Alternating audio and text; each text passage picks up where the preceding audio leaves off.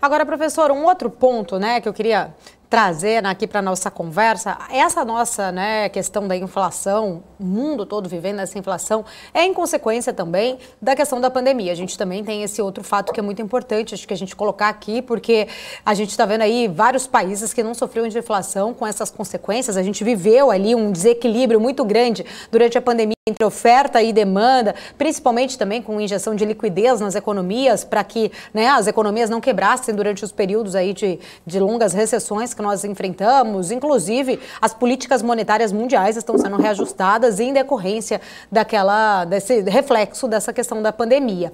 Essa questão agora, eu acho também que é um ponto que a gente precisaria trazer aqui para a nossa conversa, porque a gente já vê que tem boa parte dos mercados, eles estão começando a ficar mais preocupados com esse lockdown, novo lockdown na China, né? A China já colocou aí uma nova restrição para 25 milhões de pessoas. Eu queria entender, né, na sua visão, a gente tentava numa recuperação econômica, vem esse conflito, tem suas consequências de mais pressões inflacionárias, porém volta a trazer à tona agora um assunto de possíveis novos lockdowns lá na China. Isso acaba, de certa forma, trazendo aí uma preocupação até de algumas economias quebrarem, uma estagflação em alguns, né, casos. Eu queria entender como que você está avaliando esses aspectos, né, se a gente realmente corre um risco aí de ter uma inflação ainda maior, se essas questões de pandemia ainda podem trazer problemas mais pontuados para algumas cadeias. A gente já viu questão de semicondutores, falta de componentes para alguns lados.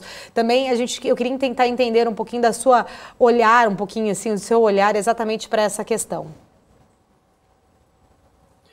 Realmente, você tem que estar sempre observando o que acontece na China, né? Porque hoje a China representa o maior parceiro comercial da maioria dos países.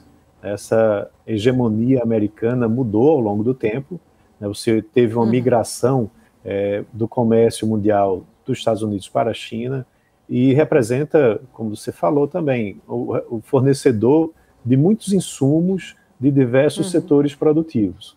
Além disso, existe também a questão da logística internacional. O custo do frete ele subiu muito com a pandemia e até agora não deu sinais de trégua. Tá? Aliado a isso, a gente teve uma série de estímulos que potencializam a demanda. Aqui no Brasil, a gente teve o auxílio emergencial, que foi em um determinado período, depois foi retirado. O Auxílio Brasil não tem a mesma potência que o emergencial tinha antes.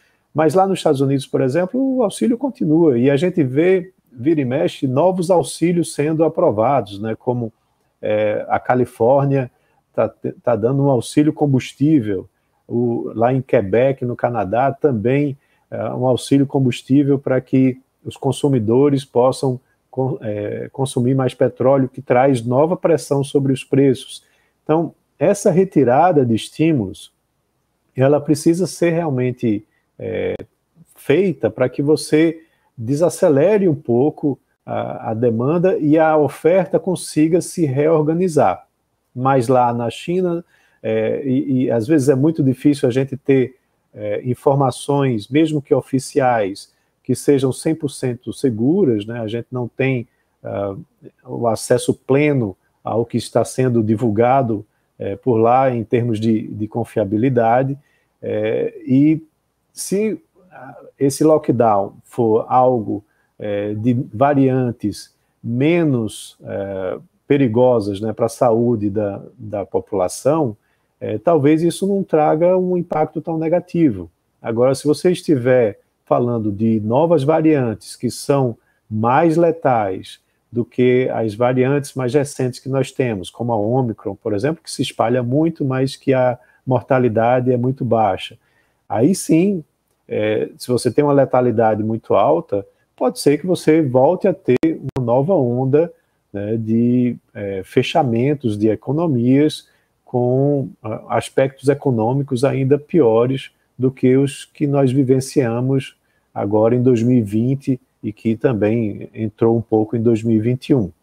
Mas acredito que não, acredito que não seja o mesmo tipo de situação, né, e que a gente esteja vendo apenas a China fazendo, né, um controle que ela consegue fazer diferente de outros países, né, um controle mais forte para justamente conter essa contaminação mais elevada, até porque é uma população muito grande, né, e o regime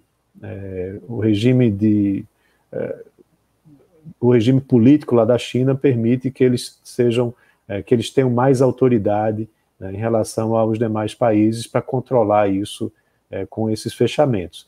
Agora, se você começa a fechar a produção chinesa, né, de insumos que são utilizados em diversas cadeias produtivas, aí você vai ter novos problemas, inclusive inflacionários, né, com falta de insumos e sem conseguir fazer entrega, né, mesmo havendo demanda. É difícil a gente prever como que isso vai acontecer. A gente tem que olhar os sinais, né? Sinais de desaceleração por parte de retirada de estímulos, de elevação de taxa de juros, fazendo com que o consumo se retraia um pouco, uma inflação mais elevada, deteriorando a renda, não só aqui do brasileiro, mas também dos demais países, da população dos demais países. Então, isso por si só já também diminui o consumo.